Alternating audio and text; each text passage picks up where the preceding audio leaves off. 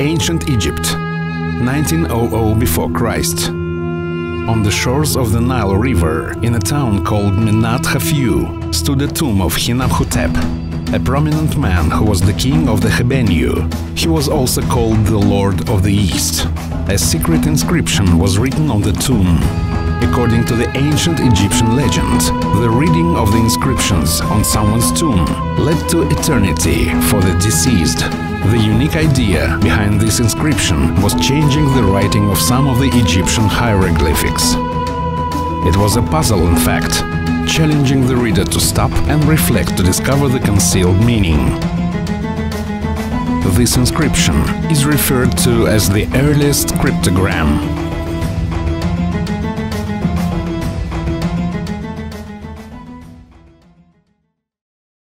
One of the earliest examples of the use of the Greek alphabet is known as the dipylon inscription. The dipylon inscription is a short text written on an ancient Greek pottery vessel, dating back to 740 before Christ. It is written from right to left, with the individual letters mirror-shaped in comparison with modern forms. Literal translation. Whoever of all these dancers now plays most delicately, to him this. The text marks the vessel as a prize in a dancing competition. In the 4th century before Christ, Aristotle wrote that this work is hard, as it is not clear what is related to what. He was talking about the ancient Greek writing, like the dipylon inscription. 2 centuries before Aristotle, the Greeks wrote without spaces between the words and without any punctuation marks. Reading such texts resembled a process of decrypting, which was very hard work.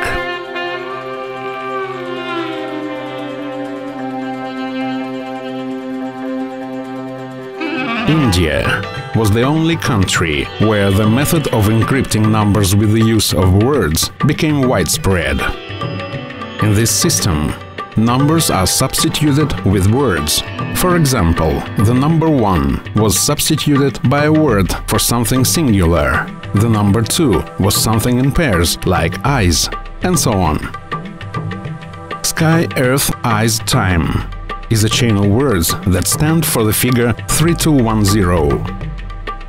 First you have a chain of 0, 1, 2, 3, and then you need to reverse it to 3210. Many manuscripts suffered from the humid climate or were destroyed by fire, so the precious knowledge on mathematics and astronomy were lost forever. Until the modern age, many scientific Indian works appeared in the form of poetry, very short, only including the main rules and facts, which scientists were supposed to learn by heart. Let's fast forward to the medieval times, when the written language is much more common and is not used exclusively by scientists and philosophers. The general public starts to record household operations and financial transactions. Suddenly, there appeared the predecessors of the banks as we know them. They performed new operations like money saving and money exchange, as well as starting to develop mutual settlements between the clients. Settlements occurred on the basis of a so-called transfer right, which was a transfer in writing from one table written on a piece of paper to another. The tables played the role of the accounts. Each client had an account, his personal document with a table and his name on it. If the client gave his money to the bank, he didn't have to worry about his trade settlements anymore. The bankers did all the work.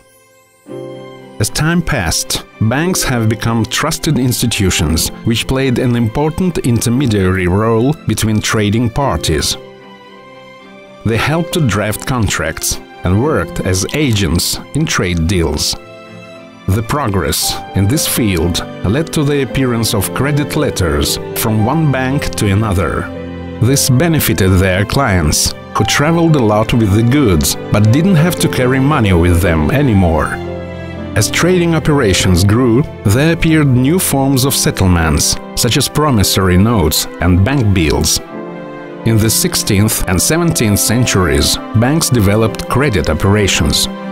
The person who had such a credit bill on hand could receive the funds independently of the underlying trade operation. That was possible due to the bank's authority and to the increased level of protection of the paying documents. This path has continued until present day. Banks arrange for settlements and credit the households, thereby acting as intermediaries in the process of redistribution of capital. For a long time, it has been envisioned as an efficiency that benefited the consumer. But is this going to continue? Trust, safety, reliability and means of exchange – that's what people still need and seek, as it was thousands of years ago. Hundreds of years proved that you achieve this goal if using encrypted communication of information through safe channels and platforms. As the encryptions on the stones were replaced by papyrus and then paper, the technology is going to account for all of the requirements, as well as become the new solution and way of doing things. One single technology, based on cryptography and distributed system with a controlled access to the information, is capable to satisfy all the needs at once. This technology is called blockchain. Data confidentiality, default of data substitution or removal, user authenticity, identification of the originality and current ownership of the data, control and avoidance of double entry, direct access to the system for every participant, and distributed nature of all these benefits, as opposed to working through an intermediary, are the core features of the blockchain technology. Now it's time to redefine the role of the intermediary institutions in the economy. Technology can enable all the participants to bring value. Plan for the future, because that's where you're going to spend the rest of your life. Mark Twain.